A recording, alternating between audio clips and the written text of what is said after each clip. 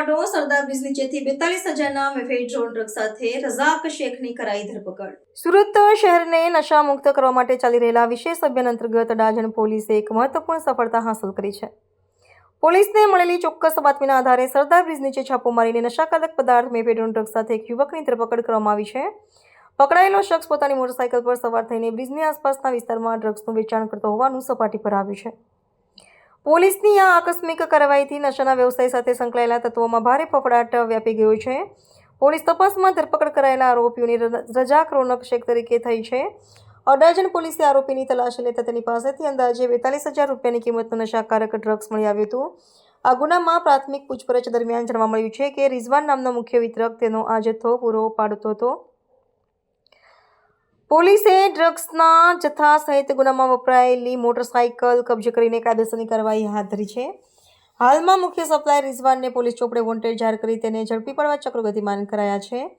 Surat police કમિશનરના આદેશથી શહેરના વિવિધ વિસ્તારોમાં માદક પદાર્થોની હેરાફેરી અટકાવવા માટે નો ડ્રગ્સ ઇન સુરત અભિયાન વેગવંતુ બનાવવામાં આવ્યું છે। અડાજણ પોલીસ હવે દિશામાં તપાસ કરી રહી છે કે આરોપી રઝાક અગાઉ કેટલા સમયથી આ પ્રવૃત્તિમાં સંકળાયેલો હતો અને ત્યાં કયા ગ્રાહકોને નશો પહોંચાડતો હતો। પોલીસ અધિકારીઓએ જણાવ્યું હતું કે નશાના કાળો કારોબારના મૂળ સુધી પહોંચવા માટે આરોપીના મોબાઈલ ફોન અને સંપર્કોની પણ ઊંડાણપૂર્વક તપાસ કરવામાં આવશે।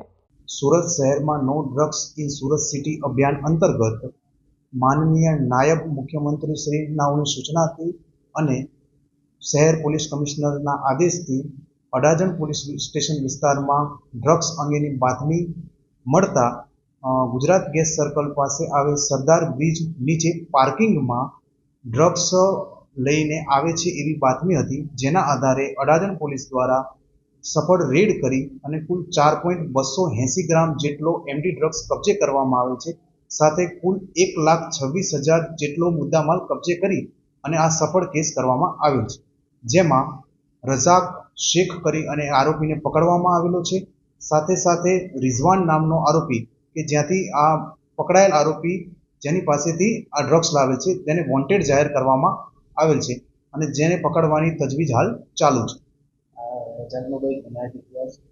હાલમાં રજાકનો કોઈ ગુનાહિત ઇતિહાસ જાણવા મળેલ નથી, પરંતુ તપાસ હાલ ચાલુ છે।